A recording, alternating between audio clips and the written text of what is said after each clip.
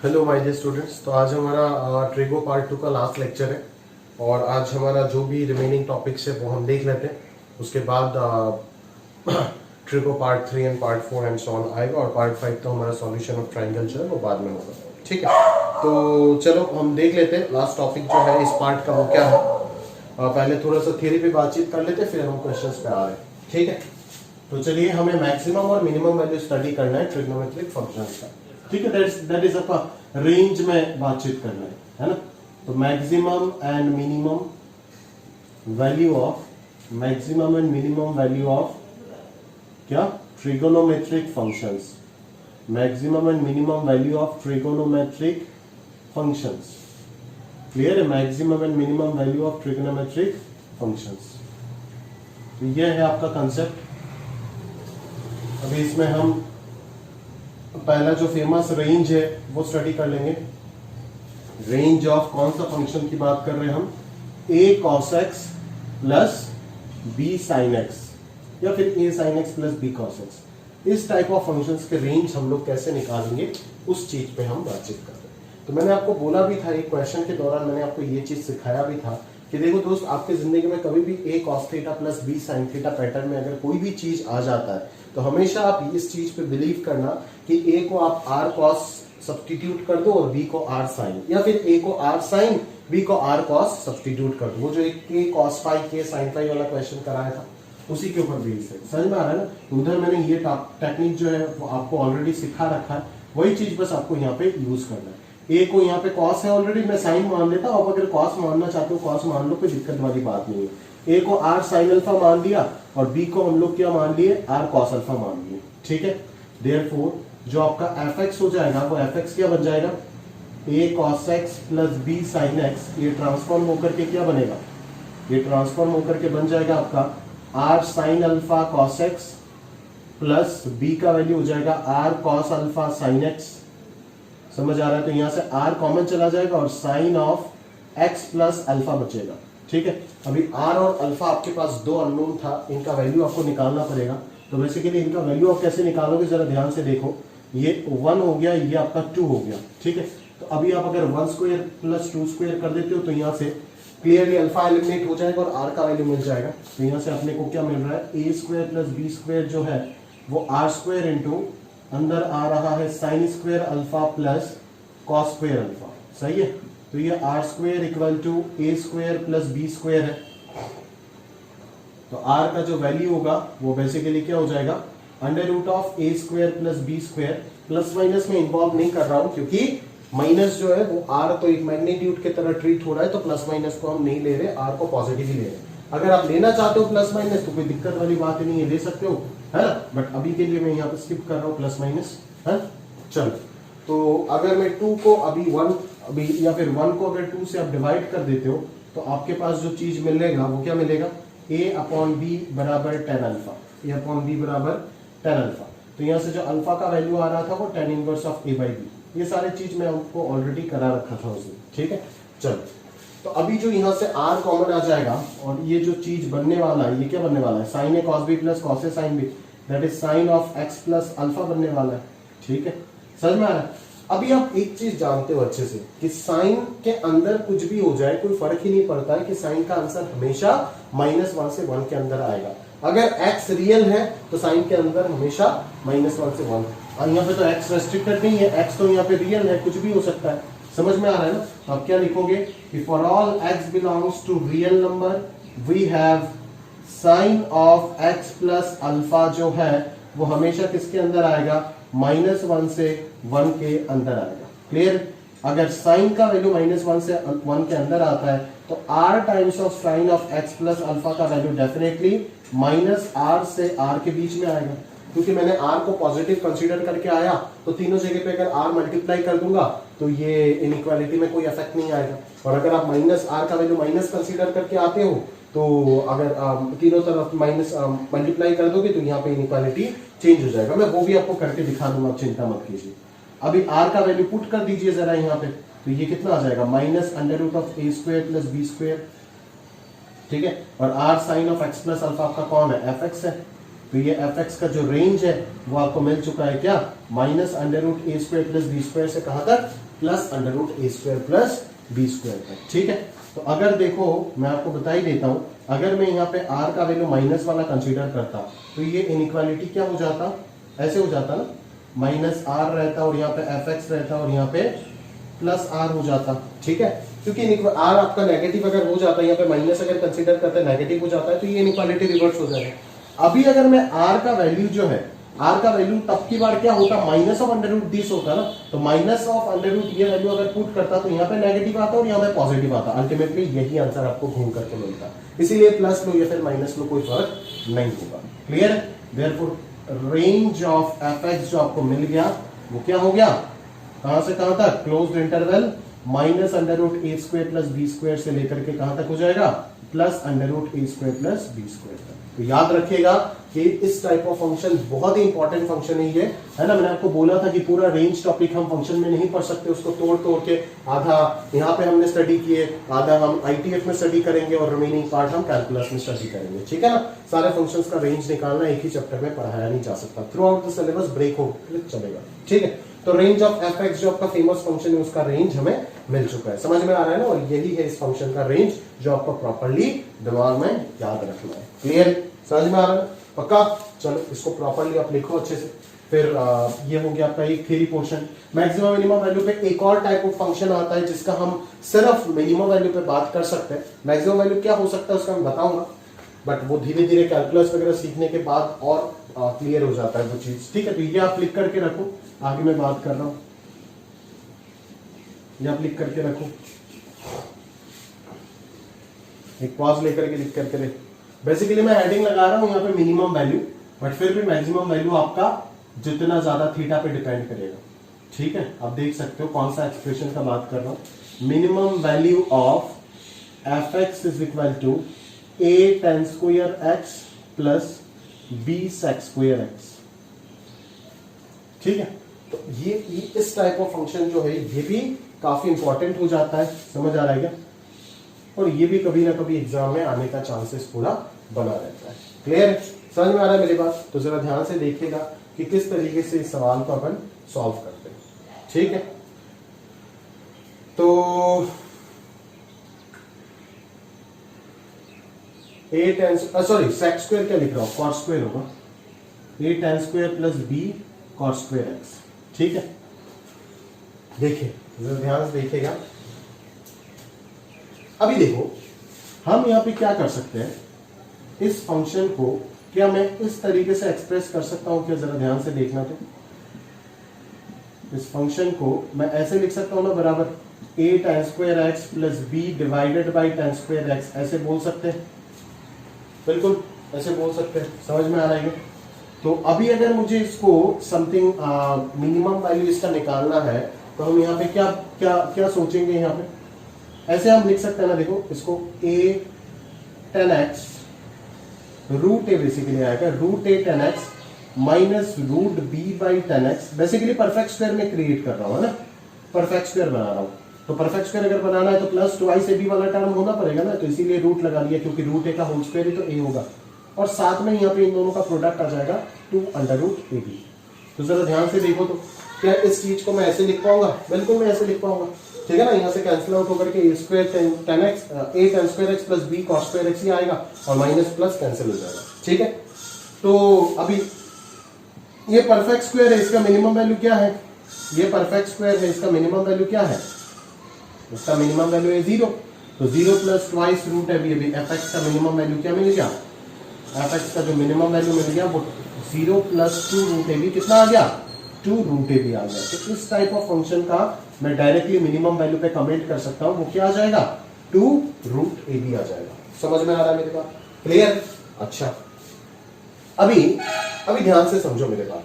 तो इसका maximum value क्या होगा? मन में तुरंत सवाल आता है, एज cot x और tan x में हमें रेंज का कोई रोक टोक नहीं है, tan x और cot x दोनों फंक्शन का रेंज रियल नंबर होता है, तो यहाँ पे मैक्सिमम वैल्यू का कोई लॉजिक होगा ही नहीं, मैक्सिमम वैल्यू कुछ भी हो सकता है। तो बेसिकली अगर मैक्सिमम वैल्यू अगर हमें निकालना है तो फंक्शन को डिफरेंशिएट वगैरह करके कैलकुलस की मदद से निकालना पड़ेगा, जो आप 12 में सीखोगे। बट इतना कंफर्म है कि हमने प्रूफ कर दिया कि मिनिमम वैल्यू जो होगा वो 2 रूट ए बी ही होगा।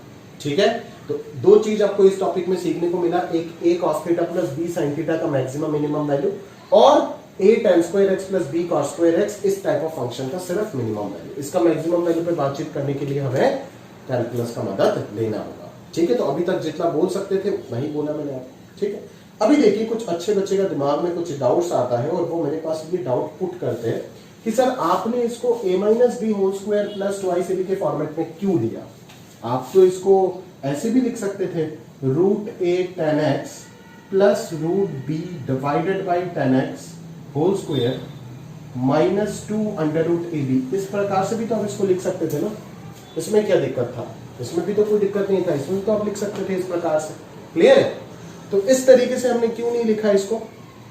क्योंकि देखो अगर मैं इस तरीके से लिखता तो इसका मिनिमम वैल्यू क्या हो जाता है, इसका आप 0 बोलते हैं, माइनस 2 रूट ए बी, ये क्या हो जाता minus 2 root A B. But इस केस से आ रहा है माइनस 2 रूट ए बी, इस केस से आ रहा है प्लस 2 रूट ए बी। कौन सा करेक्ट है? ये करेक्ट है, ये रॉन्ग है। क्यों? मैं आपको बताता हूं। क्योंकि हमेशा जो परफेक्ट स्क्वायर का मिनिमम वैल्यू 0 ही होगा ऐसा कोई जरूरी चीज नहीं है। समझ में आ रहा है? हमेशा जो परफेक्ट स्क्वायर का मिनिमम वैल्यू 0 ही होगा ऐसा कोई जरूरी नहीं है। अंदर जब डिफरेंस रहेगा बिटवीन टू टर्म तब ये 0 हो सकता है। कब? जब ये दोनों टर्म इक्वल हो जाएगा, है ना। अदरवाइज ये 0 कहां पे होगा और या फिर हमेशा होगा या नहीं, अगर ऐसे दिमाग में याद नहीं करना है कि परफेक्ट स्क्वायर का मिनिमम वैल्यू हमेशा 0 होता है। अगर मैं आपके पास ऐसा ही परफेक्ट स्क्वायर देकर के देता हूं X square plus 4 whole square, अभी अंदर वाला तो कभी 0 हो ही नहीं सकता है ना। हो सकता है क्या? सोचो ना खुद, अंदर वाला तो कभी 0 हो ही नहीं सकता है ना। तो इसका मिनिमम वैल्यू मैं कैसे निकालूंगा? इसका मिनिमम वैल्यू तो 4 है और 4 का स्क्वायर 16 हो जाएगा मिनिमम वैल्यू। बट अगर कोई उल्लू इंसान सोचेगा, इसका अगर मैं मिनिमम वैल्यू पूछता हूं कि what is the minimum value of this function F X, तो वो मेरे को डायरेक्टली बोल देगा 0 प्लस 3। अगर मेरे बात को वो प्रॉपर्ली फॉलो नहीं किया तो सिर्फ ऊपर से अगर समझा, बट डेप्थ में जाकर के अगर मेरे बात को पकड़ा है तो वो समझ जाएगा कि सर इसका मिनिमम वैल्यू तो 4 है ना। हमेशा जो परफेक्ट स्क्वायर का मिनिमम वैल्यू 0 होगा ऐसा कोई जरूरी थोड़ी ना है, नहीं है। समझ में आ रहा है ना? तो ये मिनिमम वैल्यू 4 है, 4 स्क्वायर 16 प्लस 3 19 हो जाएगा पूरा एक्सप्रेशन का मिनिमम वैल्यू। समझ में आ रहा है? तो हम देखते हैं एक बार क्या ये चीज 0 हो सकता है या नहीं। ठीक है, एक बार देखो ये 0 कब होगा? Root a tan x equal to minus root b by tan x, इसी वक्त ही तो होगा ना। अब ये tan x को इधर लेकर के आ जाओ तो ये tan square x equal to minus root b by a आ रहा है। यही तो आ रहा है ना सॉल्व करके, tan स्क्वायर इधर हो गया और इधर minus root b by a। अभी देख ये क्वांटिटी तो पूरा पूरा नेगेटिव है और ये क्वांटिटी तो पूरा पूरा पॉजिटिव है, तो क्या पॉजिटिव और नेगेटिव कभी इक्वल हो पाएगा? नहीं हो पाएगा कभी भी इक्वल। अगर पॉजिटिव और नेगेटिव कभी इक्वल हो नहीं पाया तो ऐसा कोई x एग्जिस्ट ही नहीं कर सकता जिसके लिए ये एक्सप्रेशन क्या हो जाए? 0 हो जाए।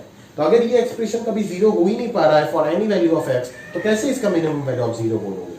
समझ में आ रहा है ना? इसीलिए इसमें कंट्राडिक्शन है, इसीलिए हमने a plus B whole square ना लेके a minus B whole square लिया।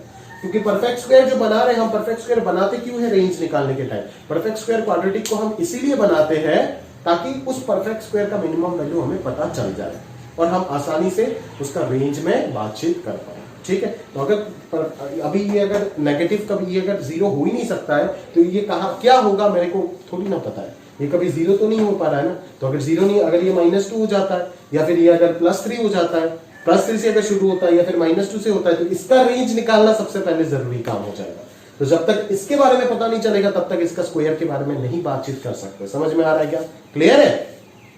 बट यहां पे जो है, यहां पे ये चीज 0 हो सकता है, ये कंफर्म है, ये चीज 0 हो सकता है। क्योंकि यहां पे क्या आएगा? tan square x equal to plus root b by a आएगा, जो कि आराम से सॉल्व हो सकता है। समझ में आ रहा है ना?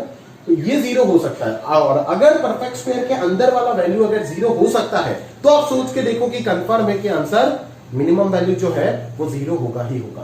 क्योंकि मान लो ना ये कोई मैं ऐसा कोई एक्सप्रेशन लिख के दिया हूं, यहाँ पे a स्क्वायर है और यहाँ पे b स्क्वायर है। मान लो इस b का जो वैल्यू है वो मान लो -∞ से -3 यूनियन 2 से इंफिनिटी है, तो इसका जब स्क्वायर होगा तो कभी भी अंदर इसका रेंज में तो 0 नहीं है, तो इसका स्क्वायर में कभी 0 आएगा क्या? नहीं आएगा। इसका स्क्वायर में मिनिमम कौन होगा?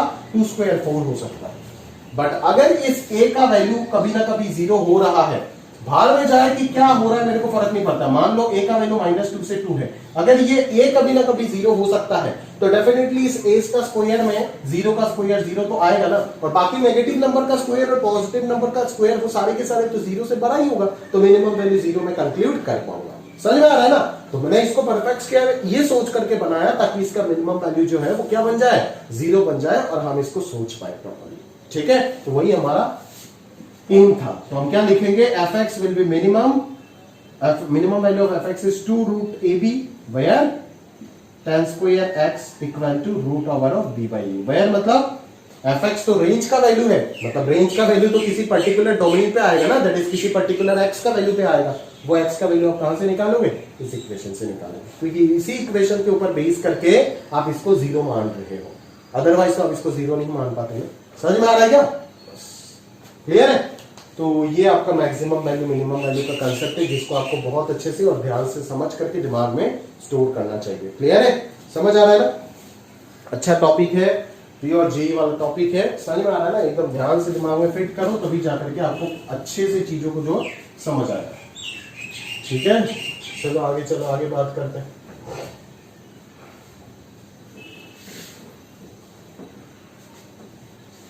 चलो क्वेश्चंस पे बात करते हैं। ये थियरी प्रॉपर्ली नोट करके रखिएगा और ये जो रीजन वगैरह मैंने बोला है अच्छे से आप लिख करके रखिएगा, क्यों A plus B whole square minus 2 root B नहीं हो सकता। अगर मेरे को रटाना ही होता या फिर याद ही कराना होता तो मैं डायरेक्टली ये बोल करके चला जाता, ऑफिशियली तो मैंने पढ़ा दिया सारे एक एक चीज। ठीक है, बट जरूरी है कि ये सब डिस्कशन करना, जब तक ये सब डिस्कशन नहीं होगा तब तक दिमाग नहीं खुलेगा। ठीक है, दिमाग में वो सवाल क्रिएट नहीं होगा जो सवाल मैं आपके दिमाग में क्रिएट करना चाहता हूँ। ठीक है, और जब तक वो क्रिएट नहीं होगा तब तक वो आप घिसे पीटे मेंस लेवल में फंसे रहेंगे। ठीक है ना, वो एडवांस लेवल तक आपका दिमाग डेवलप नहीं हो सकता है कभी। आगे चलिए एक सवाल देखते हैं फटाफट। फंक्शंस कुछ दे रखा है और उनका सारे के सारे equal to F of theta, मतलब थीटा का फंक्शन है, तो आपको रेंज निकालना है यहाँ पे। ठीक है, रेंज निकालने के लिए बोला गया है, तो देखिए कैसे निकालेंगे आप रेंज। पहले 1 का फर्स्ट पार्ट देखिए, 4 sec square theta plus 25 cosec square theta, 4 sec square theta plus 25 cosec square theta plus 25 cosec square theta. ठीक है, तो अभी बच्चा यहाँ पे थोड़ा सा टेंशन में आ जाता है कि सर हमें तो a tan square plus b cos square का रेंज पता है, बट आपने तो यहाँ पे sec और cosec दे दिया, अभी कैसे करेंगे। तो शांत हो जाओ और थोड़ा सा चीज सोचो, क्या आप sec और cosec को tan और cot में लेके जा सकते हो, बिल्कुल लेके जा सकते हो। तो इसको आप क्या लिख दोगे, 4 into 1 plus tan square theta plus इधर आप क्या लिख दोगे, 25 into 1 प्लस 25 into 1 प्लस क्या डालोगे, 4 into 1 plus tan square, 25 into 1 plus cos square theta. ठीक है, ये आ गया आपके पास। तो अभी आपका 4 प्लस 25 यहाँ से 29 आ गया, और प्लस में आपके पास जो चीज आया वो क्या आया, 4 tan square theta plus 25 cos square theta. Basically ये मिनिमम वैल्यू वाला सवाल था। ठीक है, मैंने एक साथ इंक्लूड कर दिया रेंज में, ये मिनिमम वैल्यू वाला क्वेश्चन है। ठीक है, तो ये हो गया आपका 29 प्लस, इसको मैं क्या लिख सकता हूँ, इसका मिनिमम वैल्यू क्या हो जाएगा, क्वेश्चन था find the minimum value of this expression, इसका मैक्सिमम वैल्यू पे अभी आप कमेंट नहीं कर पाओगे, तो इसका मिनिमम वैल्यू क्या होगा सर, 2 रूट ए बी होगा ना, 2 रूट ए बी होगा, that is a into B. ठीक है, तो ये कितना आ जाएगा, 29 प्लस ये हो गया 10 आएगा ना बाहर, तो 10 इंटू 2 22, तो 49 आ जाएगा। ठीक है, तो एफ ऑफ थीटा का जो मिनिमम वैल्यू हो जाएगा वो हमें पता चला 49। मतलब ये एक्सप्रेशन हमेशा, इसका मदद से हम क्या लिख सकते हैं, that is 4 sec square theta plus 25 cosec square theta is always greater than equal to 49 for any value of, for all theta belongs to real, theta का कोई भी वैल्यू के वजह से।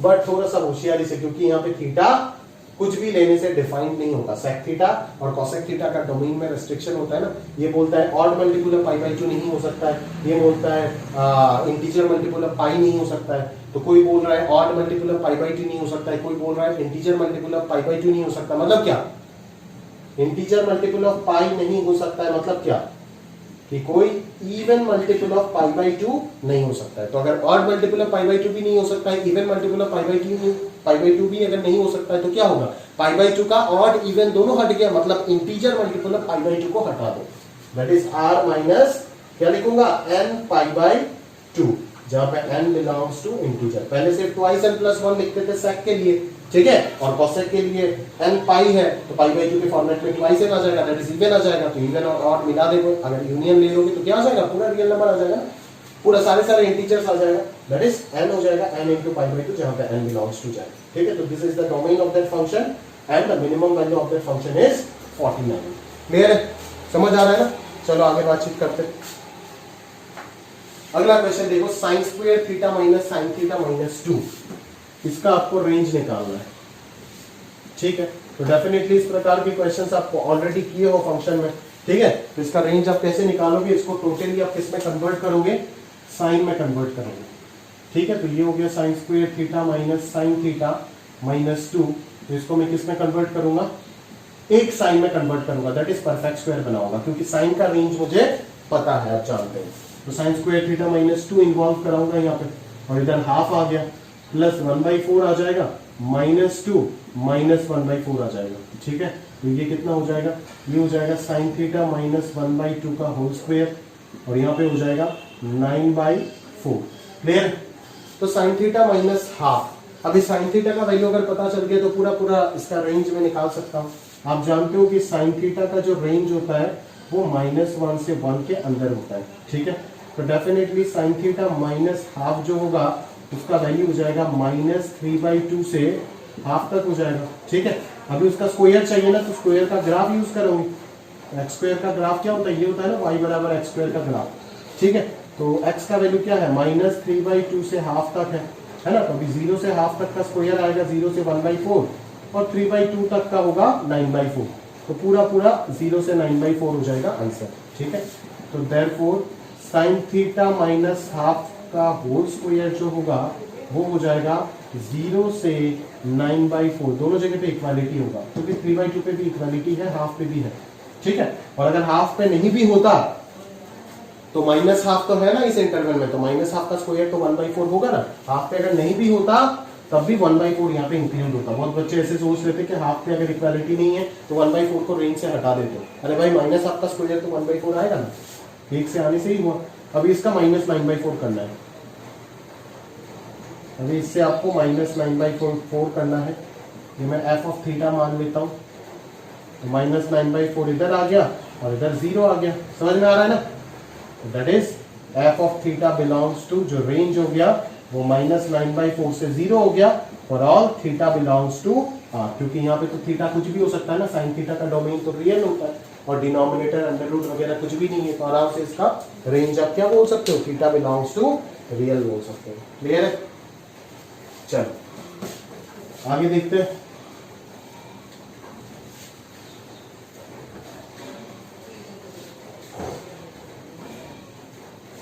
आगे देखते हैं, sine theta plus 2 cos 2 theta. ठीक है, sine theta plus 2 cos 2 theta, मैं अप्रोच बता के दे रहा हूं, खुद से सोचना। Sine theta plus 2 cos 2 theta, तो किसी तरीके से अगर मैं एक कॉस या फिर एक साइन में कन्वर्ट कर देता तो फायदा हो जाता मुझे बहुत। अभी साइन को कॉस में लेके जाने के लिए तो √1 - cos स्क्वायर, तो बेहतर है कि cos 2 थीटा को ही साइन में कन्वर्ट कर देते ना, तो फायदा ज्यादा होगा। तो ये क्या हो जाएगा, 1 - 2 sin स्क्वायर थीटा। क्लियर है? तो that is 2 - 2 into 2, that is your 4 sin square theta plus sine theta.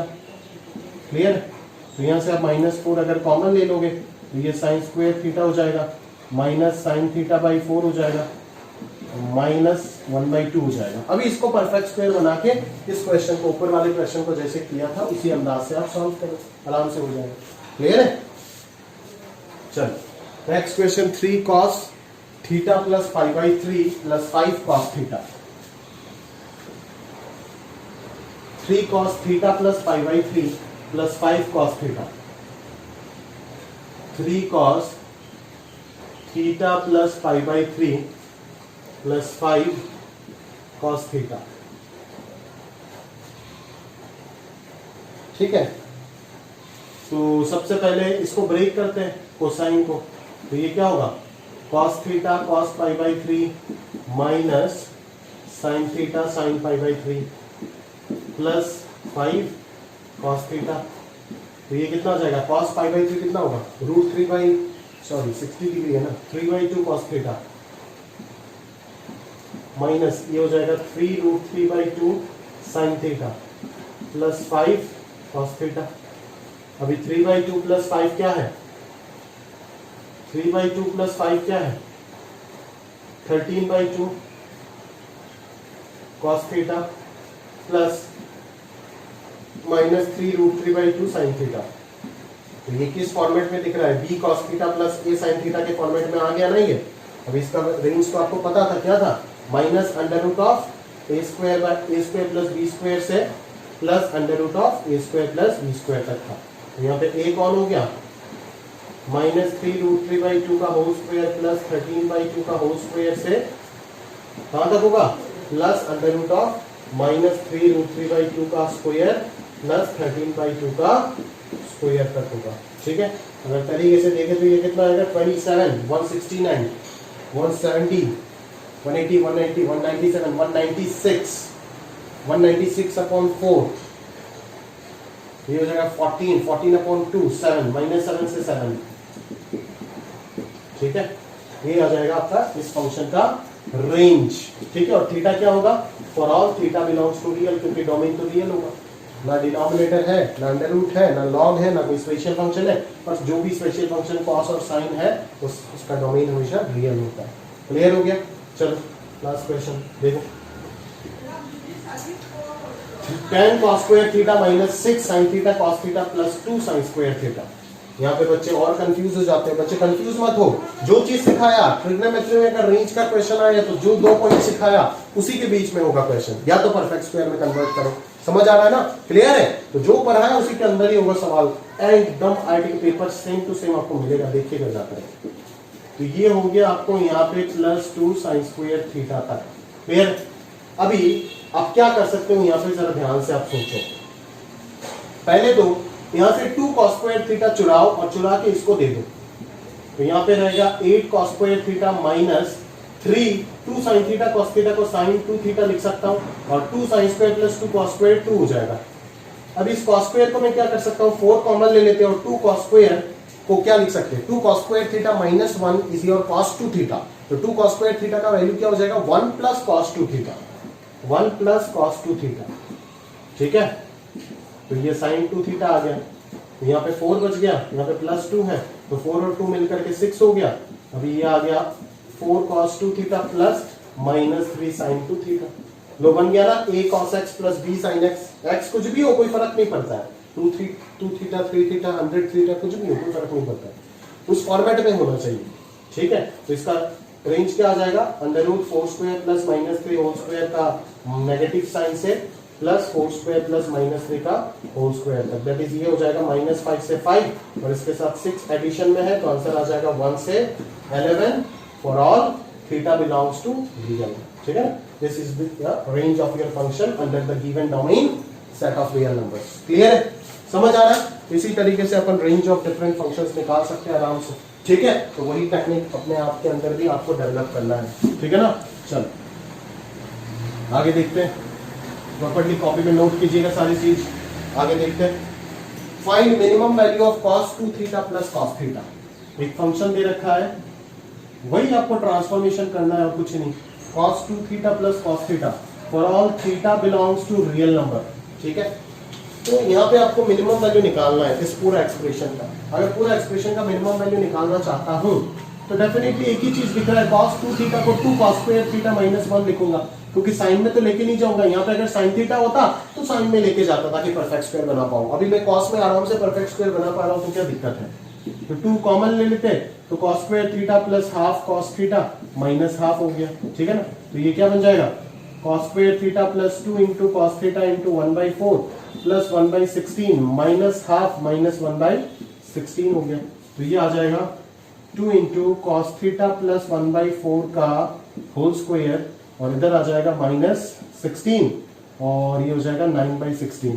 ठीक है, तो ये हो गया 2 इंटू cos थीटा प्लस 1/4 का होल स्क्वायर माइनस 9/8। अभी cos थीटा का रेंज पता है ना आपको, जैसे आप साइन में किए थे, क्या होता है? -1 से 1 होता है for all theta belongs to real number. तो cos थीटा प्लस 4 भी निकाल सकते हो। ठीक है, -1 प्लस 1/4 कितना हो जाएगा? -3/4 से 1 प्लस 1/4 दैट इज 5/4 हो जाएगा। ठीक है, तो इसका स्क्वायर भी निकाल सकते हो आराम से। इसका स्क्वायर क्या हो जाएगा? बड़ा कौन है, ये है या फिर ये है? डेफिनेटली 0 से स्टार्ट होगा, नेगेटिव से पॉजिटिव जा रहा है। अगर 3/4 से 5/4 होता तो 9/16 से 25/16 डायरेक्टली लिख देता। अगर -5/4 से -3/4 होता तो स्क्वायर डायरेक्टली 9/4 से 25/4 डायरेक्टली आ जाता। बट एज ये नेगेटिव से पॉजिटिव जा रहा है तो बीच में जीरो गिर रहा है, तो मिनिमम वैल्यू क्या हो जाएगा, जीरो हो जाएगा अगर बीच में जीरो आ रहा है। और दोनों में से मैक्सिमम कौन है, 25/16। और दोनों जगह पे इक्वालिटी हो ना हो आप टेंशन मत करें, ठीक है। बस मैक्सिमम वाले पे इक्वालिटी है या नहीं वो देख लीजिएगा, ठीक है। क्योंकि अगर -3/4 पे नहीं भी होता है तो 3/4 का स्क्वायर 9/16 इंक्लूड हो जाएगा, ठीक है ना। अभी 2 से मल्टीप्लाई करना है, तो 2 से मल्टीप्लाई अगर करेंगे तो ये क्या हो जाएगा, 0 से हो जाएगा 25/8 और -9/8 कर दो तो f ऑफ थीटा आ जाएगा। तो 9/8 अगर कर देंगे तो ये 16/8 हो जाएगा और इधर आ जाएगा 0 - 9/8 इज -9/8। तो फंक्शन का रेंज क्या आ गया, -9/8 से 16/8 एंड मिनिमम वैल्यू हो गया -9/8 for all theta belongs to radian. Range ही पूछ सकता था, मिनिमम वैल्यू पूछ के क्या हो। क्लियर, समझ आ रहा है ना, बस बराबर उसी तरीके से करना है। चलो अभी देखो यहाँ पे इस टाइप ऑफ क्वेश्चन आपको क्वाड्रेटिक में भी मिल जाएगा, थियरी ऑफ इक्वेशन जो नेक्स्ट टू नेक्स्ट चैप्टर होगा, ठीक है। तो उसमें भी हमारे को इस टाइप ऑफ क्वेश्चन क्वाड्रेटिक के साथ ट्रिगो को मिक्स करके इस प्रकार के क्वेश्चन जे एडवांस पूछ चुका है और बहुत फेवरेबल क्वेश्चन होता है, अच्छे प्रकार के क्वेश्चंस होता है जहां पे क्वाड्रेटिक और ट्रिगो दोनों का लॉजिक्स को बहुत अच्छे से मर्ज किया जाता है, समझ आ रहा है ना। तो उसी का एक फ्लेवर आपको यहाँ पे देखने को मिलेगा आगे जाकर के शीट में, और क्वाड्रेटिक चैप्टर में हम बहुत सारे क्वेश्चन इसी प्रोफाइल में डालेंगे, ठीक है। चलो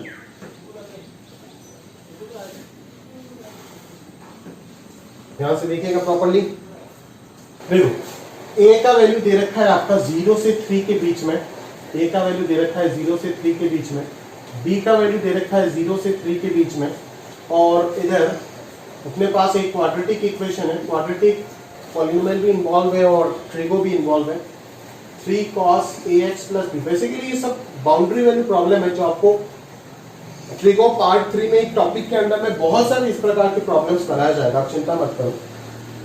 अभी सिंपल सा जितना हमारे पास थॉट है उसके मदद से कितना क्या कर सकते हैं।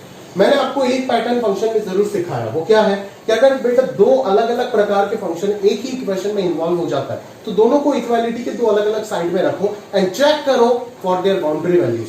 दैट इज क्या है एग्जैक्टली ये कंसेप्ट। ऑफिशियली तो हम अगले पार्ट में सीखने वाले हैं, बट अनऑफिशियली मैं आपको एक बार बता देता हूँ ये चीज, ठीक है।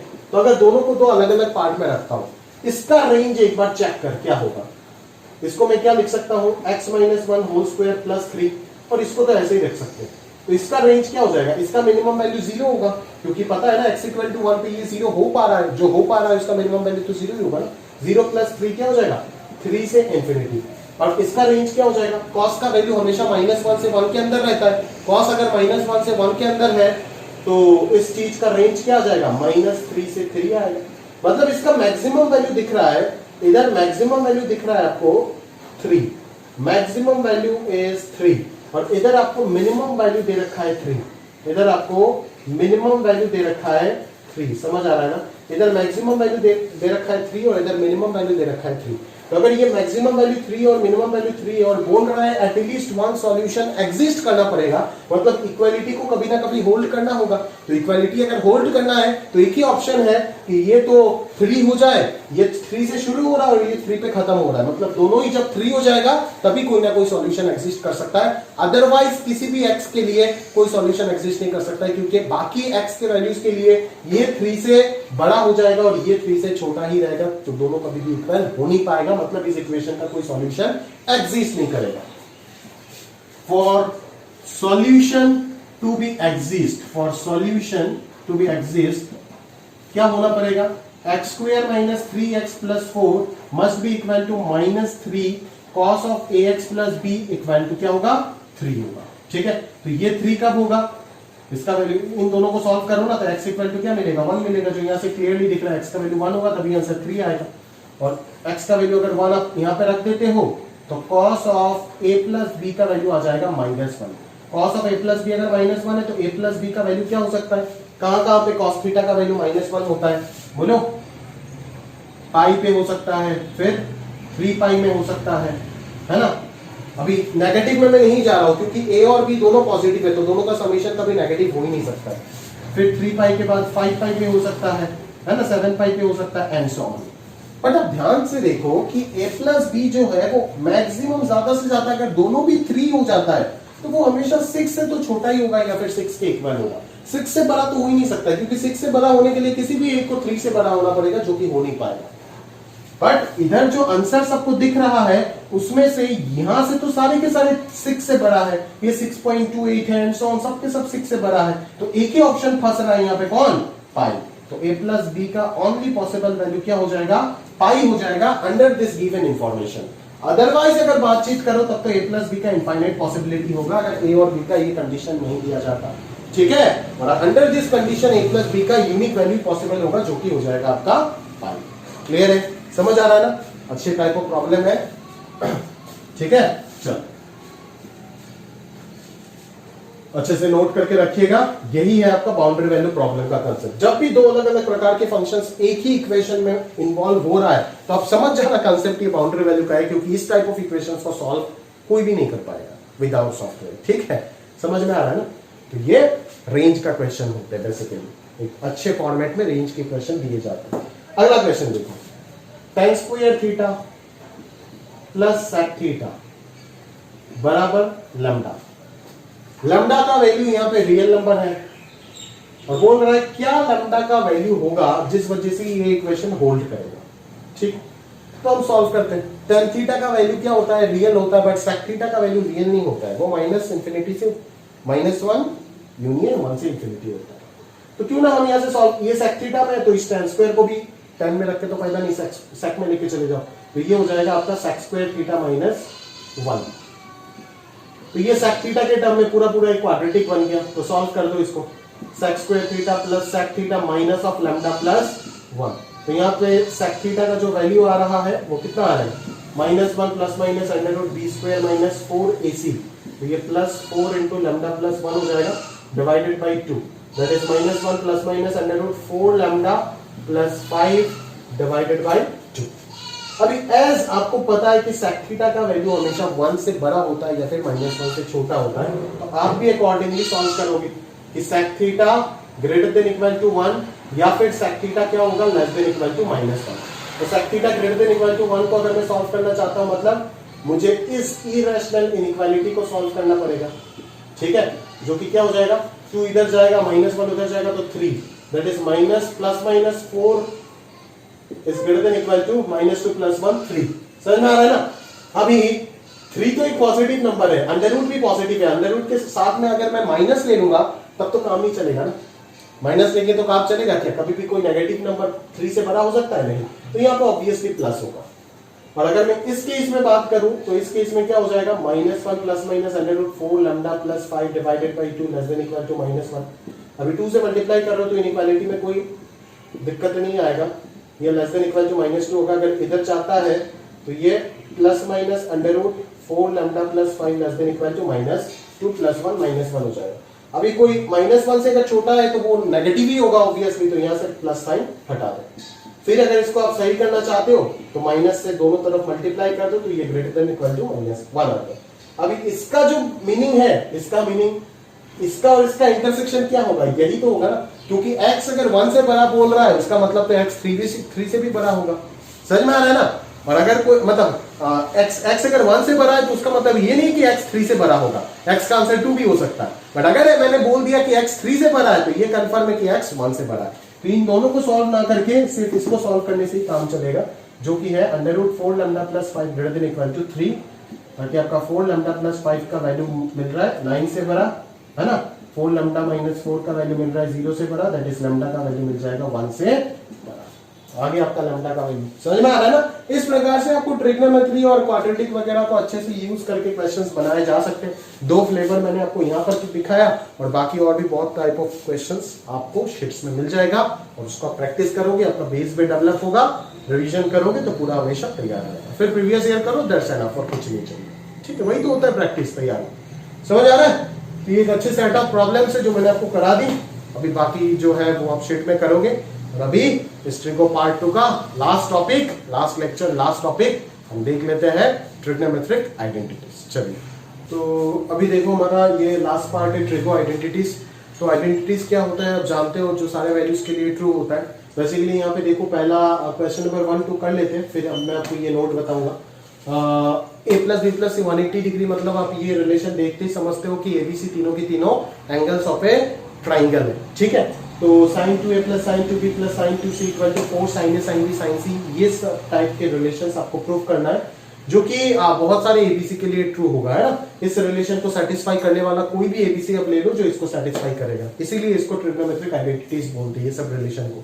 ऐसे लोनी में टोटली एक एक्सरसाइज दिया हुआ पूरा इसमें 30-40 क्वेश्चन, बट वो सारे क्वेश्चन में से जितने भी अच्छे सेट ऑफ प्रॉब्लम्स सारे मैंने शीट में इंक्लूड कर दिया, तो आपको और लोनी करने का जरूरत नहीं है ना। तो वो आप शीट करोगे तो सफिशिएंट हो जाएगा, है ना। तो वो आप प्रॉपरली ध्यान से देखो कि टेक्निक्स में बता के देता हूँ। तो बेसिकली वही आपका CND फॉर्मूला, ये सब इधर उधर कंपाउंड एंगल के जो फॉर्मूला है लेक्चर 4 में सिखाया गया था, वही सब अप्लाई होगा और उन्हीं को अप्लाई करके अपन जो है यहाँ पे सॉल्व करेंगे, ठीक है। चलो, तो अगर मैं ध्यान से देख लो तो ट्रिगो आइडेंटिटीज आप ध्यान से देख लो, है ना। तो 1 का पार्ट ए को मैं प्रूफ कर लेता हूँ, है ना। LHS से स्टार्ट करते हैं। LHS आपका क्या दिया गया है, sine twice A plus, simple है एकदम, sine twice B plus sine twice C, ठीक है। तो यहाँ पे मैं सबसे पहले sine C plus sine D का फॉर्मूला लगाता हूँ। तो 2 sine C plus D by 2 क्या हो जाएगा, twice A plus twice B upon 2 into cos twice A minus twice B upon 2 plus sine 2c का फॉर्मूला हो जाएगा 2 sine c into cos c। Clear, समझ आ रहा है। तो यहां से अपने को क्या करना है, 2 साइन a प्लस बी और कॉस a माइनस बी, ठीक है, plus 2 sine c into cos c, plus 2 sine c into cos c, ये हो गया। अभी a plus B plus C हमें पाई पता है ना, 180 डिग्री दैट इज क्या, पाई पता है। तो आप लिख दो कि since a plus B plus C equal to pi, therefore आप क्या कर सकते हो, यहां से a प्लस बी का जो वैल्यू है वो आप सब्सटीट्यूट कर सकते हो एज पाई माइनस सी। तो पाई माइनस सी अगर आप यहाँ पे लिख दोगे तो ये हो जाएगा 2 साइन पाई माइनस सी, और यहाँ पे आ जाएगा cosine of a minus B plus 2 sine C into cos C. तो यहाँ पे हो जाएगा 2 साइन सी और 2 साइन सी कॉमन आ जाएगा, क्योंकि sine 180 minus theta sine theta ही होता है। और इधर आगे आपका cos of a minus B plus, मैं अगर आगे सोचूं तो प्रॉपरली मैं cos c को cos of pi minus a minus B लिख सकता हूं, ठीक है। ऐसा कोई दिक्कत वाली बात नहीं है, pi minus a minus B आप आराम से लिख सकते हो। एंड c का वैल्यू भी हम लिख सकते हैं ना, pi minus a plus B, क्योंकि c तो 2 साइन c तो तैयार हो गया है, अभी मेरे को ये पूरा a और b में चाहिए, तो डेफिनेटली अब इसको c से a प्लस b में कन्वर्ट करना पड़ेगा, अदरवाइज आंसर a और b में आपको कैसे मिलेगा। तो ये हो जाएगा cos of a minus B plus ये हो जाएगा, सॉरी ये हो जाएगा cos a प्लस बी, क्योंकि माइनस आएगा ना बीच में, cos of pi minus theta minus cos theta होगा। तो ये फॉर्मूला हो गया cos c minus cos d का, जो साइन में जाएगा पूरा, ठीक है। तो साइन में माइनस साइन में आएगा, माइनस में बाहर लेकर के आ जाता हूं, इधर आ जाएगा sine a plus B by 2, तो ये कितना हो जाएगा a minus B plus a plus B, तो ये बेसिकली ट्वाइस a बाई 2 आ जाएगा, और इधर आ जाएगा a minus B by 2 that is minus 2b by 2 आ जाएगा। तो sine of minus theta minus sine theta common ले लेंगे यहाँ से, तो ये आपके पास बन जाएगा, सॉरी एक ट्वाइस मिस हो गया ना, तो यहाँ से ये आराम से बन जाएगा 4 sine A sine B sine C. Clear है, समझ आ रहा है। तो कुछ इसी प्रकार से हम जो है वो प्रूफ करेंगे, और जो यूज करोगे उसको साइड में आप लिख कर रख देना, है ना। तो इसी तरीके से CND का सिंपल एप्लीकेशन से आप इसको आराम से प्रूफ कर सकते हो। क्लियर, चलो आगे अगर मैं बात करूं तो आप ध्यान से देख सकते हो, अगला question cos a plus cos b minus cos c आपको प्रूफ करना है, ठीक है। तो cos a ये LHS हो गया, आप अगर ध्यान से बात करूं तो cos a plus cos b minus cos c, ठीक है, इसको निकालना है ना। तो अभी आप cos b minus cos c को अच्छे से आप थोड़ा सा ध्यान से समझो इसको। तो यहाँ पे cos a हो गया और cos b minus cos c क्या हो जाएगा, 2 sine b plus C by 2 into sine b minus C by 2। Clear है, और यहाँ पे माइनस आएगा बेसिकली, सही है। तो ये हो गया, फॉर्मूला लगा दिया। अभी एक को कॉमन लेके जाने के लिए इसको b प्लस सी में कन्वर्ट करना पड़ेगा ना। तो जरा ध्यान से देखो कि a को मैं क्या लिख सकता हूँ, a को लिख सकता हूँ ना pi minus of b plus C, समझ में आ रहा। तो ये क्या हो जाएगा, cosine of pi minus of b plus C minus 2 sine b plus C by 2 into sine b minus C by 2। Clear, समझ आ रहा है मेरी बात? चलो अभी cos of pi minus theta will be minus cosine of B plus C and so on, ये सारी चीज तो सेम रहेगा। ठीक है, तो यहाँ पे अपन क्या कर लेते हैं, इस cos b प्लस सी को b प्लस सी बाई 2 में अगर लेके जाना है तो cos यहाँ पे 2 थीटा की तरह इसको ट्रीट करो ना, 2 into B plus C by 2 की तरह ट्रीट करो, तो cos ट्वाइस थीटा जो होगा वो क्या बन जाएगा, 2 cos स्क्वायर थीटा, क्योंकि अच्छा यहाँ पे साइन है ना, तो मैं इसको 1 minus 2 sine square B plus C by 2 में कन्वर्ट कर देता हूँ। ठीक है, समझ आ रहा है मेरी बात? चलो minus twice sine B plus C by 2 into sine B minus C by 2। Clear? तो यहां से अपने को -1 मिल गया, यहां से +2 साइन स्क्वायर मिल गया, जो 2 sine B plus C by 2 अगर कॉमन आ जाता है तो यहाँ पे क्या बचेगा, यहाँ पे आपको इजीली आपको मिल रहा है sine of B plus C by 2, sine of B plus C by 2। और अगर मैं आगे यहाँ पे ध्यान से देखूं तो यहाँ पे minus sine of B minus C by 2 आएगा, minus sine of B minus C by 2 आएगा। क्लियर? तो यहाँ पे 2 साइन तो मिल चुका है आपको ऑलरेडी, आपको cos a बाई 2 में जाना है ना, 2 साइन b प्लस 2 तो मिल चुका है ऑलरेडी। अभी आप इसको sine c minus sine d formula लगा दो, बस आराम से बन जाएगा, कोई दिक्कत वाली बात नहीं है। Sine c minus sine d, इस b प्लस सी बाई 2 को मैं क्या लिख सकता हूँ, देख तुम साइड में अच्छे से लिख के रखना ये सब। ठीक है, तो b प्लस सी बाई 2 हो जाएगा pi by 2 minus A by 2। ठीक है, क्लियर है? तो इसको मैं pi by 2 minus A by 2 लिख देता हूँ, और यहाँ पे तो ये बन जाएगा 2 cos a plus B by 2, that is ये हो जाएगा आपका b by 2 plus B by 2, b by 2 आ जाएगा, और यहाँ पे आ जाएगा आपका sine sine sine c minus D, that is आपका b बाई 2 कैंसिल हो जाएगा, तो 2c बाई 2 c आएगा और c बाई 2 भी रहेगा। ठीक है, तो इस प्रकार से ये तैयार हो गया साइन c बाई 2 में। वैसे ये cos cos है, पता नहीं यार ये cos cos कैसे हो सकता है, ये साइन 90 माइनस थीटा तो cos a बाई 2 हो जाएगा, ये भी cos b बाई 2 हो गया, ये तो cos cos में आना चाहिए। साइन का डिफरेंस का फॉर्मूला एक तो cos और एक तो साइन में आता है ना, नहीं यार पता नहीं, ये साइन में होना चाहिए, मेरे को इसमें डाउट है। आप देख लीजिएगा एक बार शीट में क्वेश्चन जो है उसको एक बार प्रॉपर्ली चेक कर लेना, ये शीट का ही क्वेश्चन है, शीट में एक बार प्रॉपर्ली चेक कर लीजिएगा आप ये क्वेश्चन क्या लिखा हुआ है ना, डेफिनेटली यहाँ पे साइन होना चाहिए, तब जाकर के प्रूफ हो जाएगा। सही, और अगर मैंने कोई मिस्टेक किया है तो आप ध्यान दे देना। ठीक है, चलो आगे देख लो प्रॉपर्ली। ठीक है, अगला क्वेश्चन की ओर बढ़ते हैं, ध्यान से देखिए। यहाँ पे अभी साइन ना दे करके साइन स्क्वायर दिया गया है, आपको स्क्वायर कर दिया गया है, तो अगर स्क्वायर कर दिया गया है तो आप किस में कन्वर्ट करोगे इसको, आंसर पहले मत देखो, आप बोलो कि स्क्वायर को सिंप्लीफाई कैसे करोगे। स्क्वायर के टर्म में कोई फॉर्मूला है साइन स्क्वायर ए प्लस साइन स्क्वायर बी का? नहीं। अगर माइनस होता तो शायद हो जाता, बट फिर भी अगर मैं स्क्वायर की बात कर रहा हूं तो आप पहले स्क्वायर को क्या करो, आप ब्रेक करके इसको फॉर्मूला वगैरह लगा करके आप इसको 1 डिग्री पावर में कन्वर्ट कर दो। ठीक है, दैट इज अगर मैं यहाँ से अगर मैं मान लेता हूँ कि मेरे को किस में ट्रांसफॉर्म करना है, मैं सबसे पहले मान लेता हूँ कि बाहर 2 लगा दिया और अंदर 2 लगा दिया, तो ये मान ले 2 साइन स्क्वायर ए है ना प्लस 2 साइन स्क्वायर बी और प्लस 2 साइन स्क्वायर सी बन गया। सही है क्या? ठीक है, तो मैं एक काम करता हूँ तो इसको मैं इस तरीके से कुछ चेंज कर सकता हूँ। तो देखो, तो 2 को चेंज करके 1 को बराबर रख देते ना, क्या तीनों को चेंज कर देते हैं। 2 साइन स्क्वायर ए को मैं लिख सकता हूँ 1 minus cos 2 A plus 1 minus cos 2 B plus 1 minus cos 2 C. ठीक है, तो यहाँ से 1 प्लस 1 प्लस 1 3/2 बाहर आ जाएगा, और यहाँ पे माइनस हाफ रहेगा, अंदर रहेगा cos 2a plus cos 2b plus cos 2c। But इसमें तो फायदा नहीं होने वाला है, होगा क्या फायदा इसमें? नहीं होगा, मुझे तो लग नहीं रहा है, आपको लग रहा है क्या? बिल्कुल नहीं, क्योंकि अगर CMD लगाएंगे तो यहाँ से कॉमन क्या आएगा, चलो देखते हैं एक बार क्या होता है।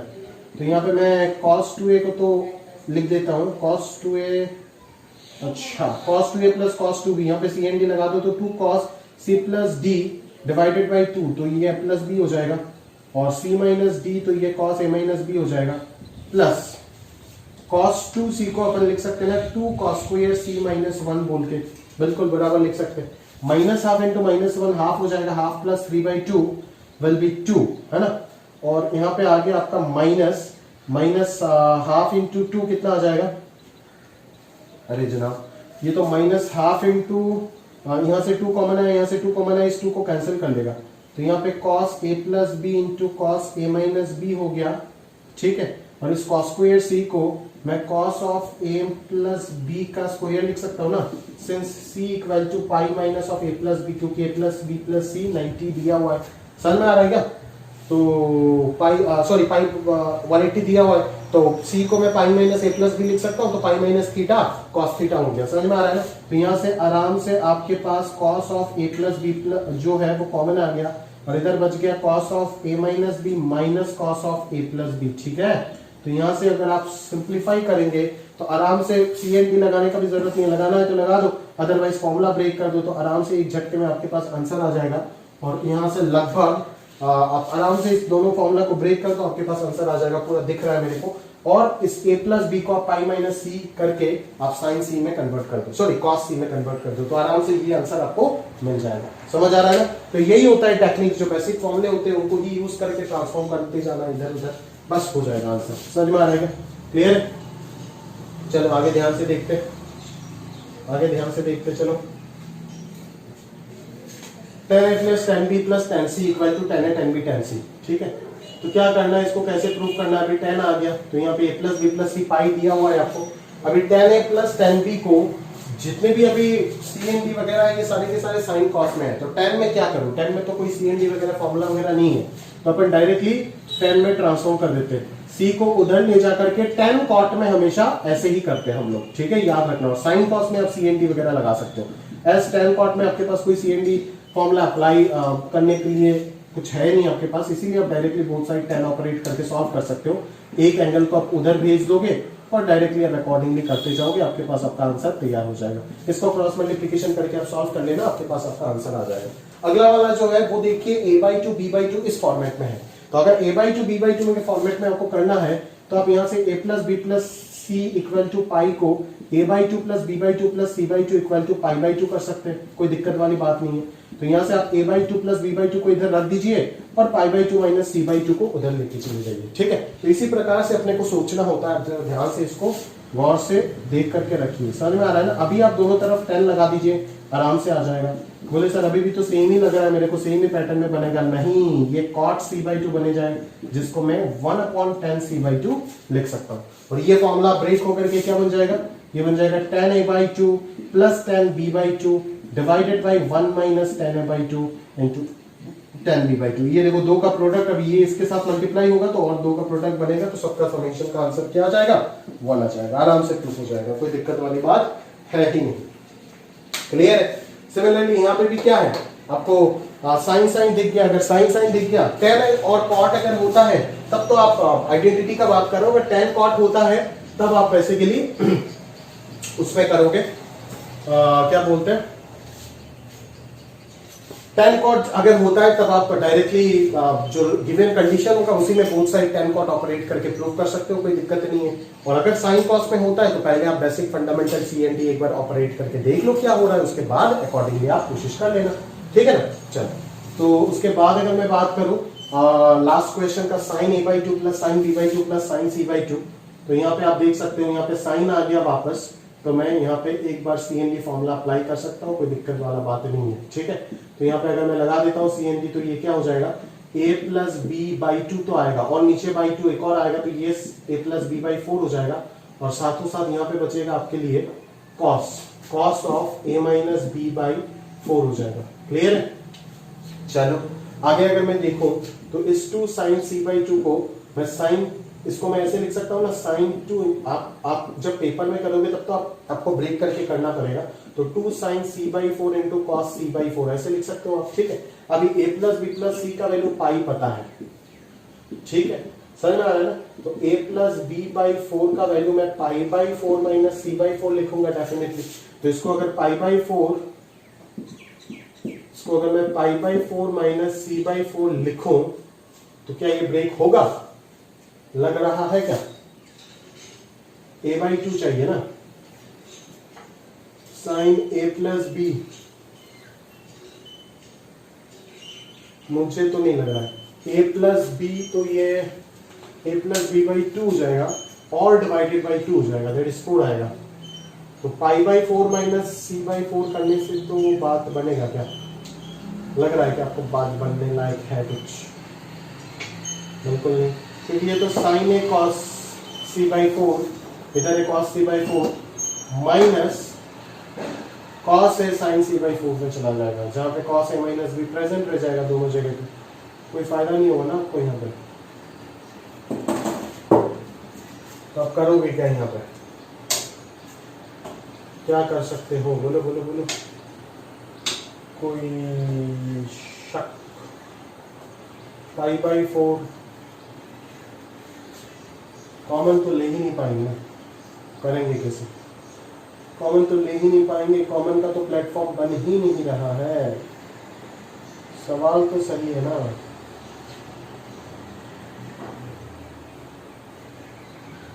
सवाल तो सही है ना? पता नहीं है।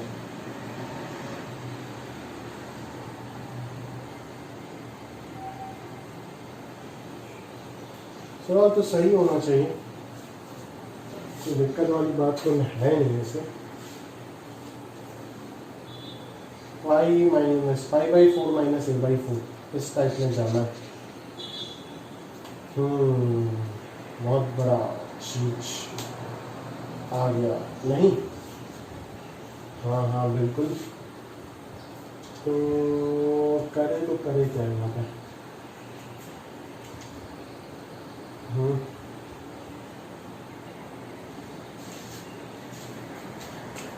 तो मैं यहाँ पे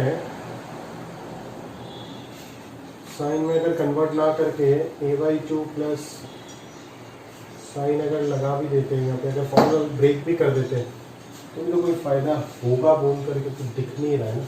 फॉर्मूला अगर ब्रेक भी कर देते हैं, चलो एक बार ब्रेक करके ही देख लेते क्या होता है, शायद कुछ हो जाए। A minus B by four plus two sine C by four into cos C by four, ये हो जाएगा two sine pi by four cos C by four, that is cos C by four और minus sine C by four, और यहाँ पे root two common आ जाएगा, that is root two. One by root two common आएगा, two को cancel करके root two बन जाएगा, और बाहर यहाँ पे आ गया cos of A minus B by four plus two sine C by four. फायदा क्या होगा है? और cos C by four, cos C by four, फायदा क्या होगा है? एक साइन सी बाई फोर इसको दे देते हैं, तो यहाँ से कॉस सी बाई फोर एक बार कॉमन आ जाएगा और एक बार साइन सी बाई फोर आएगा। तो फायदा तो कुछ नहीं होगा, मुझे तो लग नहीं रहा है कि कोई फायदा है बोल के। फिर इसको अरेंजमेंट कैसे करेंगे? दो फैक्टर अगर बन भी गया फिर क्या करेंगे? कॉस सी बाई फोर और sine B C by four को लेकर के क्या करेंगे? कोई फायदा तो होगा नहीं ना। इस तरीके से कुछ मुझे नहीं लगता है कि ये होगा। अगर इस तरीके से नहीं होगा, सवाल तो करेक्ट है ना यार। 180 डिवाइडेड बाई 4, यहाँ पे 2a पे a है, तो a बाई 2 पे तो a बाई 4 ही आना चाहिए, ये तो सही है। बट क्यों नहीं हो रहा है? क्योंकि कन्वर्शन फॉर्मूला नहीं बन रहा है ना। तो साइन सी बाई फोर को, चलो यार इसको बाद में देख लेंगे, हो नहीं रहा है। आप देख लीजिएगा, अगर ट्राई करके अगर हो जाता है तो ठीक है कर लेना, अदरवाइज मैं क्लास में करा दूंगा, याद कर देना, ठीक है। देखना पड़ेगा, क्वेश्चन चेक करना पड़ेगा थोड़ा, ठीक है। अगला क्वेश्चन देखते हैं। x plus Y plus Z equal to क्या दिया हुआ है? एक्स वाई जेड दिया हुआ है, ठीक है। तो आपको एक रिलेशन प्रूफ करना है, 2x upon 1 minus X square plus 2y upon 1 minus Y square plus 2z upon 1 minus Z square, ठीक है। तो आपको एक रिलेशन, आप क्या करो, इस टाइप ऑफ प्रॉब्लम में हम क्या करते हैं, tan का सहायता लेते हैं, ठीक है। तो x का वैल्यू tan a मान लो, y का वैल्यू tan b मान लो और z का वैल्यू tan c मान लो, ठीक है। सच दैट आपके पास जो गिवन रिलेशन है वो क्या है? tan a plus tan b plus tan c is equal to tan a into tan b into tan c। Clear है? समझ में आ रहा है ना? और आपको ये प्रूफ करना है। तो अभी आप LHS में जाइए, क्योंकि अगर एक्स वाई जेड इस प्रकार से मानते हैं तो अंदर दैट रिलेशन आप ये लिख सकते हो बिल्कुल, ठीक है। तो इधर क्या आ जाएगा? Twice X upon 1 minus X square plus twice Y upon 1 minus Y square, क्योंकि तीन सिमेट्रिक चीज का सम को तीन सिमेट्रिक चीज का प्रोडक्ट में tan ही कन्वर्ट करता है, ये चीज आप जान करके रखो। तो ये हो जाएगा 2 tan a divided by 1 minus tan square है plus 2 tan b divided by 1 minus tan square b plus 2 tan c divided by 1 minus tan square c। सही है। तो ये किसका फॉर्मूला हो गया, ये tan ट्वाइस है, ये हो जाएगा tan ट्वाइस b और ये हो जाएगा tan ट्वाइस c। ठीक है, तो tan ट्वाइस है, tan ट्वाइस b और tan ट्वाइस c है। ठीक है, मैं समझ रहा हूँ। तो अगर ये tan ट्वाइस है plus tan twice b plus tan twice c, तो इसके अकॉर्डिंग मैं बोल सकता हूँ ना, अगर tan a plus tan b plus tan c का value tan a tan b tan c है, तो a के जगह पे अगर ट्वाइस से आता है, देयरफॉर मैं यहाँ से कमेंट कर पाऊंगा कि tan ट्वाइस है, tan ट्वाइस b और tan ट्वाइस c का जो समेशन होगा वो tan of twice b a tan of twice b into tan of twice c का इक्वल होगा। क्योंकि एंगल कुछ भी हो जाए कोई फर्क नहीं पड़ता। अभी मान लो मेरे पास एंगल हाफ है, यहाँ पे a को मैं x/2 ट्वाइस x और b को ट्वाइस y और c को ट्वाइस c से सब्सटीट्यूट कर दिया। ठीक है, सेम रहेगा, मेंटेन होगा, ट्रिगो आइडेंटिटीज है। ठीक है ना, किसी भी एंगल के लिए ट्रू रहेगा। ठीक है, अगर ये तीनों के तीनों एंगल नहीं, अभी तो इसका चेंज नहीं है, मैं उसका बात कर रहा था, a plus b plus c 180 degree. तो वैसे के लिए इसको आप किस में लिख सकते हो, tan twice a into tan twice b into tan twice c from 1, दे देना ब्रैकेट में फ्रॉम 1। ठीक है, तो एक स्पेशल काइंड ऑफ प्रॉब्लम हो गया जिसको वापस आप प्रोडक्ट फॉर्म में कन्वर्ट कर दीजिए। ठीक है ना, with the help of tan wait कर दीजिए, फॉर्मूला उसी प्लेटफॉर्म में आपको दिख जाएगा। ठीक है, और 9th क्लास में बच्चों को यही क्वेश्चन में फैक्टराइजेशन से भी कराता हूँ। ठीक है, फैक्टराइजेशन से इसी प्रॉब्लम को सॉल्व कराते हैं जहाँ पे बहुत डिफिकल्ट फैक्टराइजेशन यूज होता है, बट अदरवाइज ट्रिगो से इसको बहुत ही आसानी से आप प्रूव कर सकते हैं। ठीक है, तो ये हो जाएगा आपका tan क्या हो जाएगा, ये प्रोडक्ट में कन्वर्ट हो गया 2x by 1 minus X square into 2y by 1 minus Y square into 2z by 1 minus z square.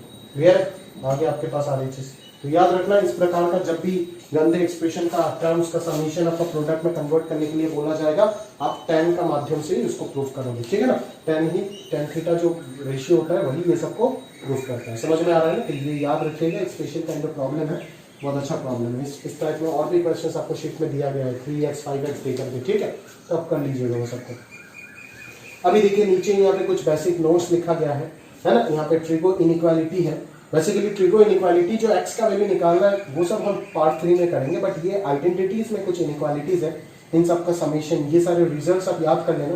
पहला तीनों एक्यूट इक्विलेटरल ट्रायंगल के लिए वैलिड है, सेकंड वाला कोई भी एक्यूट एंगल के लिए वैलिड है, और लास्ट का 2 किसी भी एंगल के लिए वैलिड है। समझ में आ रहा है ना, तो ये चीज जो है वो प्रॉपर्ली एक बार आप कर लीजिएगा, मतलब याद कर लीजिएगा, ये सब काफी इंपॉर्टेंट है ये रिजल्ट्स। अब ये बोलोगे सर ये सब का प्रूफ नहीं कराया, अभी देखो ये सारे के सारे इनइक्वालिटीज है। ठीक है ना, तो किसी भी अगर इनइक्वालिटी को हमें प्रूफ करना है तो हम ऐसे ट्रिगो पे अगर कोई भी इनइक्वालिटी को अगर हमें प्रूफ करना है तो बेसिकली हमें सारे ज्योमेट्री या फिर ट्रिगोनोमेट्री में इनइक्वालिटी को प्रूफ करने के लिए हम AM, GM, HM इनइक्वालिटी का यूज करते हैं। तो एज अभी तक आप लोगों का हुआ नहीं क्लास 11 की AM, GM, HM इनइक्वालिटी, तो इसीलिए मैं इनका प्रूफ अभी नहीं करा रहा हूँ। डेफिनेटली नेक्स्ट चैप्टर आपका सीक्वेंशियल सीरीज है और उसमें जाकर के हम AM, GM, HM इनइक्वालिटी अच्छे से इन डिटेल में एक आध लेक्चर में स्टडी करेंगे और उस वक्त मैं ये आपको करा के दूंगा, ये मेरा गारंटी है। ठीक है, मैं भूलूंगा नहीं, अगर गलती से 100% 200% चांस है मैं भूलूंगा नहीं, अगर मैं भूल गया तो आप मेरे को जरूर याद कराओगे।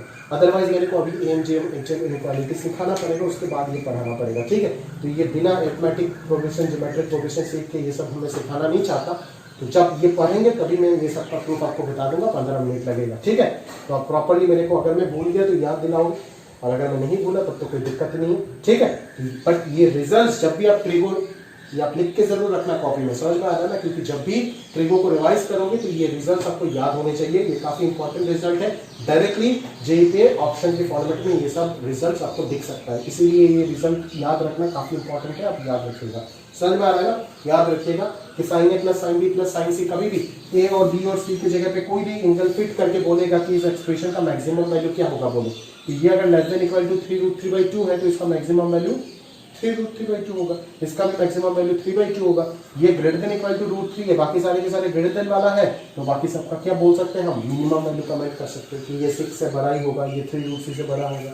समझ आ रहा है ना? तो ये बेसिकली हम AMGM HM इनइक्वालिटी के मदद से प्रूव करते हैं, है ना। और वो कब होल्ड करता है वो भी बहुत इंपॉर्टेंट है, पॉजिटिव के लिए होल्ड करता है, इसीलिए यहाँ पे इक्विलेटरल ट्रायंगल दिया गया है, क्योंकि ट्रिग्नोमेट्रिक रेशियो नेगेटिव भी हो सकता है, but AMGM HM inequality negative numbers के लिए ट्रू नहीं है, इसीलिए हम इसको सीक्वेंशियल सीरीज में जब AMGM इनइक्वालिटी डिटेल में पढ़ाऊंगा तब मैं आपको करा दूंगा, ठीक है।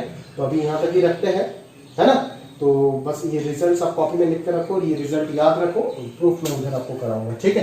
तो दैट्स इट, यही हो गया। और ये क्वेश्चन जो अभी आंसर नहीं मिला, ये इसके पहले वाला ये तो हो गया, बट ये वाला क्वेश्चन आप याद दिलाना जूम में, मैं आपको करा दूंगा, ठीक है। तो दैट्स इट, आपका ट्रिगो पार्ट 2 इज ओवर, और कुछ नहीं है, ठीक है। ट्रिग्नोमेट्री खत्म हो गया, है ना। 7 लेक्चर बोला था, बिल्कुल 7 लेक्चर में आज तो बहुत जल्दी खत्म हो गया, है ना, आराम से हो गया। और जो हमारा बाकी है वो है ट्रिग्नोमेट्रिक सॉल्यूशन वाला सेक्शन, ट्रिग्नोमेट्रिक इक्वेशन जो है पार्ट 3, उसको डिटेल में करेंगे। वो जेई का सबसे फेवरेट पोर्शन है, उधर से सबसे ज्यादा क्वेश्चन पूछे गए हैं, ठीक है। फिर आएगा आपका ट्रिग्नोमेट्री पार्ट 4, जो हाइट एंड डिस्टेंस, जो एडवांस में तो नहीं है, सिर्फ मेंस वाला टॉपिक है ना, बोर्ड्स में भी नहीं है, ठीक है। तो सिर्फ मेंस के लिए वो फोकस करेंगे, छोटा सा पार्ट। और फिर आएगा आपका trigo part 5, that is solution of triangle, हाँ, solution and properties of triangle, ठीक है। वो बाद में होगा हमारा, ठीक है। तो अभी तक हमें ट्रिगो 4 तक, नेक्स्ट टू नेक्स्ट वीक अपन मतलब लेक्चर तो बना लूंगा कल से, बट आपको तो नेक्स्ट टू नेक्स्ट वीक मिलेगा, तो उसमें आप ट्रिगो पार्ट 3 एंड पार्ट 4 जो है वो कंप्लीट करो। कंप्लीट करने के बाद हम sequence and series and quadratic करके देन कोऑर्डिनेट में जंप करेंगे, ठीक है। तो आज के लिए यहाँ तक समाप्त करते हैं, अलविदा आज के लिए। प्रॉपर्ली पढ़ते रहिएगा और जो भी डाउट है पूछ लीजिएगा।